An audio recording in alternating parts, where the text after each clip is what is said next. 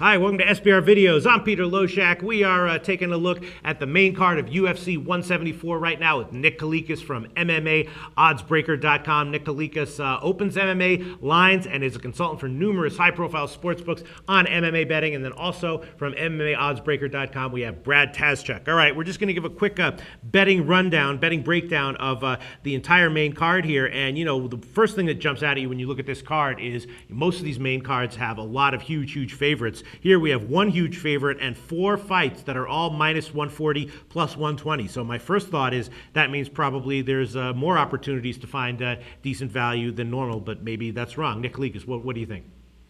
I actually don't. I mean, I think that this matchmaking is amazing, really, and all these fights can be coin flips. So I would look more into props than anything else and kind of be cautious and bet a little bit smaller on a card like this because, I mean, realistically, we've seen that, a lot of suspect chins are here on this card and a lot of power behind the other side. So it's going to be a tough one. I think most people are going to get some shaky picks, especially on the main card. Brad Tazchuk, how do you analyze the betting value on this card? Are you excited for it, or are most of these fights going to be passes for you?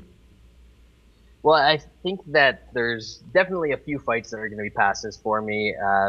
Andre Arlovsky and Brendan Schaub, one punch could end that on either side. Same thing goes for Cavalcanti and Bader. I've got picks that I'm leaning towards for each of those fights, so I know who I'm taking. But as far as a bet, it's just really hard to trust those guys. So, there's some fights that they just scare me in terms of a betting perspective. You want to bet on reliable fighters, and this card, it's got reliable fighters in the top couple fights, but after that, it gets a little bit dicey.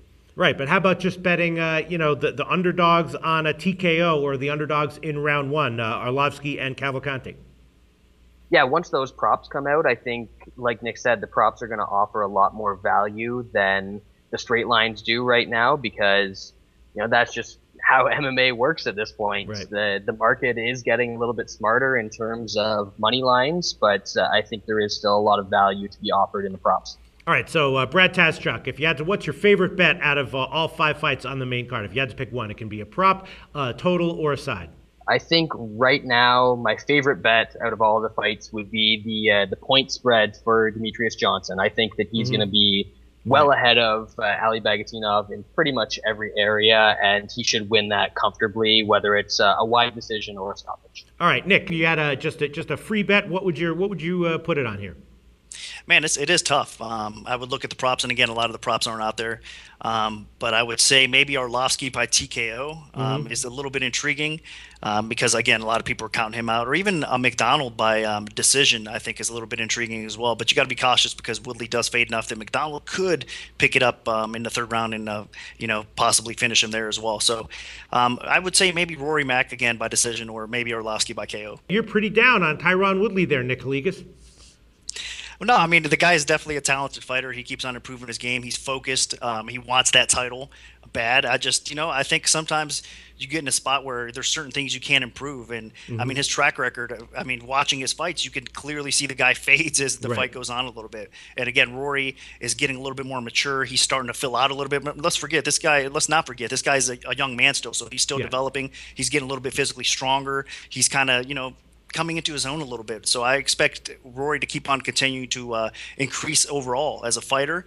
And the only thing that worries me about Rory, though, is that chin. He has to be careful and not get clipped as often. He's got to tighten up that defense a little bit because even if he is young, he's been through some wars already, and he cannot continue to take punishment. Right. So that's one thing he's got to be cautious on. But, there is a big upside to Rory, too. I haven't been a big Rory McDonald supporter, so it's not like I'm on, I'm shocking the guy or anything like that, and I'm not really against Woodley. I just look at this fight how it is, and I think Woodley might be getting a little bit too much respect, and Rory actually might be getting not enough respect, and it's usually the other way around. Right. All right. So out of all these 5 fights, Nick, which side is getting the most public action? I would probably say out of the 5 fights so far, it would be Woodley. I think, I think that the line flipped. Like I said, I opened it to Rory Mack minus 150, and now you're seeing Woodley is minus 140, and it just keeps continuing to, the books are getting action on Woodley. So it makes me think, there's definitely some smart opinions that are coming in early on that side as well, but there's a lot of dumb opinions coming in on that side to go along with it. So I don't know, man. I think that people are counting out Rory a little bit too much here. Is one of those dumb opinions Brad Tastruck's opinion? I don't know. I mean, Brad, did you take this fight early on? Yeah, No, I was in Mexico when this line opened, so. Thanks so much, guys.